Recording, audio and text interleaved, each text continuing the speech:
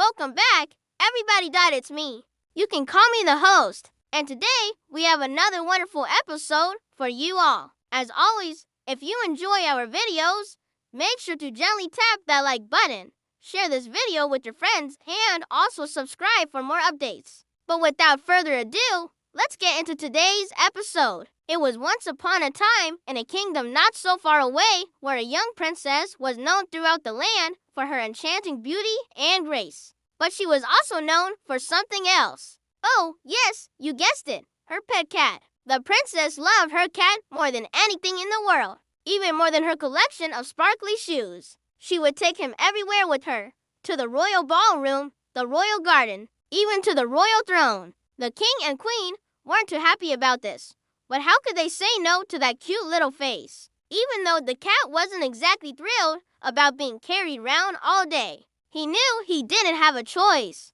So he just had to deal with it. One day, while the princess was busy brushing her hair, getting ready for an important royal event, the cat decided he had enough of being cooped up inside the castle. As the princess continued to brush her hair, completely oblivious to what was going on behind her, the cat quietly slipped out the window and headed into the nearby forest. The princess didn't notice her furry friend was missing until after she had arrived at the royal event and her seat was placed right next to the prince. They were both extremely excited, but they couldn't stop thinking about the cat. "I hope he didn't run off to catch some mice," the princess whispered to the prince. "Don't worry," the prince replied. "Your cat is probably fine. He'll probably just be waiting for you to come back home." Little did they know, the cat had just stumbled upon a bumbling band of woodland creatures who were trying to put on a play. The cat had been watching them from afar, his eyes twinkling with amusement. "What are you silly creatures doing?"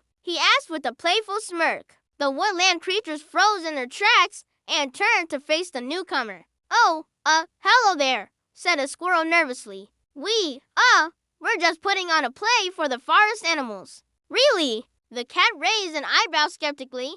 "And why would you choose to do that in the middle of the afternoon when all the interesting bugs have gone to nap?" The woodland creatures looked down at their paws in shame. "Well, you see," began a rabbit timidly, "we wanted to put on a show, but we just can't seem to get it right. We keep messing up our lines and forgetting our cues. It's so frustrating." The cat couldn't help but feel a pang of sympathy for these poor, misguided animals. "Tell you what," he said, "why don't I stay and watch for a bit? If you need any help, I'll be sure to lend a paw." And with that, the cat settled down to watch the show. At first, he couldn't help but chuckle to himself at the ridiculous antics of these hapless actors.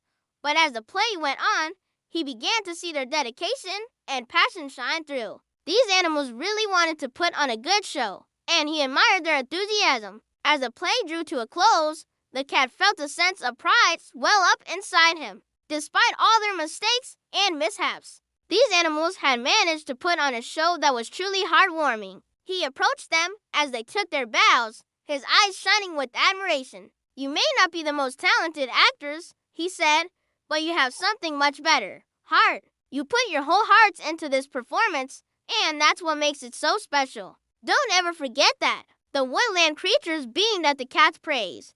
Their spirits lifted. Maybe they weren't the best actors in the forest, but they didn't need to be. They had each other and their shared love of performing, and that was all that mattered. The cat watched as they all took their places in the forest, each one of them a little bit happier than before. He knew that their play hadn't been perfect, but it didn't need to be. They had given it their all, and that was what truly mattered. With a smile on his face, the cat headed back towards the castle. He had enjoyed his afternoon in the forest, and he was glad he had been able to help the woodland creatures see the value in their performance. After all, sometimes all you need is a little bit of encouragement to believe in yourself again. Cats are naturally curious creatures and will often bat at objects to see what happens. This behavior is often seen in kittens as they explore their world and learn about the objects around them. However, this can sometimes lead to hilarious situations, such as when a cat knocks over a vase or knocks something off of a shelf.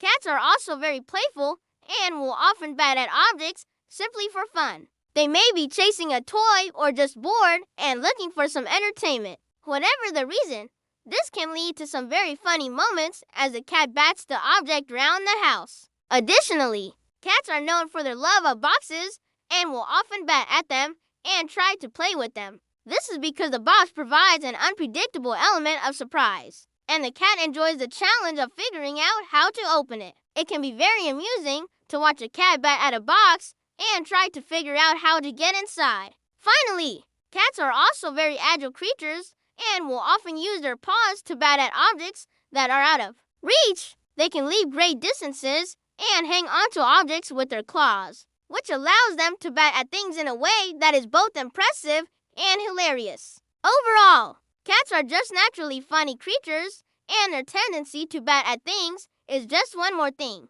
that makes them so entertaining to be around. Have you ever seen your cat bat at something and knock something over or something?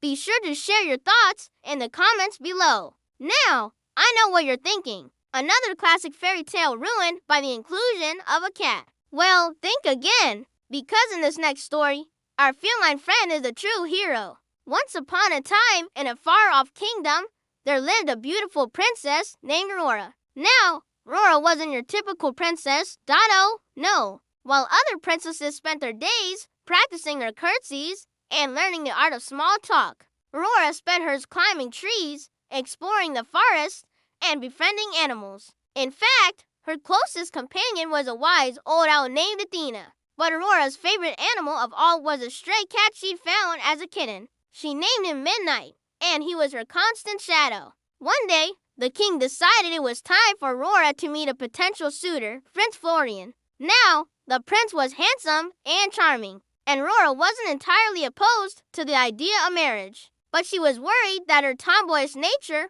would scare him off. So with Athena's help, she devised a plan. On the day of the prince's arrival, Aurora would pretend to be the perfect princess and leave her usual tomboyish self behind. When Prince Florian arrived and saw Aurora all dolled up in a beautiful gown, he was smitten. They danced, they dined, and they talked for hours. By the end of the day, Florian had fallen head over heels in love with Aurora and asked for her hand in marriage. But unbeknownst to them, Athena and Midnight were watching from a distance, and when they heard the prince's proposal, they were less than thrilled. "I can't believe this," Athena hooted in dismay. "All that makeup and fuss, just so she can attract a boring prince." Midnight flicked his tail in agreement. He knew Aurora better than anyone, and he knew that a life with a stuffy prince would be a miserable one for her. So while Aurora was busy making small talk with her suitor, Midnight slipped into the castle unnoticed. He had a plan to save Aurora from a life of misery.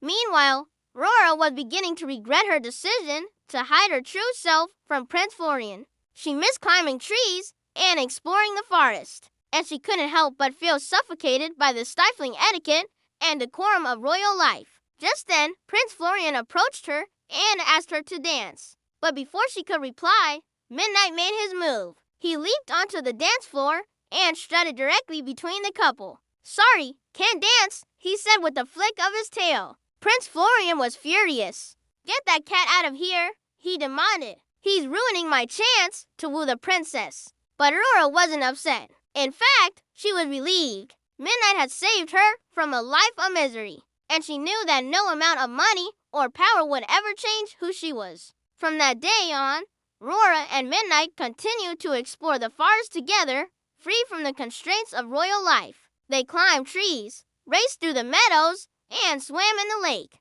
And though she never forgot Prince Florian, Aurora realized that true happiness wasn't about marrying a prince or living in a castle. It was about being true to yourself and embracing the adventures that life had in store. So remember, no matter what obstacles you face, don't be afraid to embrace who you are. With a little courage and a lot of heart, you can achieve anything. And hey, maybe you'll even find a talking cat to help you along the way. If you've ever owned a cat, you know that they can be quite the handful. But that's part of what makes them so lovable. Their quirks and antics can make us laugh, shake our heads in disbelief, and sometimes even test our patience. But through it all, we wouldn't trade them for the world. So here's to all the cat lovers out there. May your days be filled with sunshine, naps, and endless head scratches. Thank you all for joining us today. If you enjoyed this episode, Please don't forget to gently tap that like button. Share this video with your friends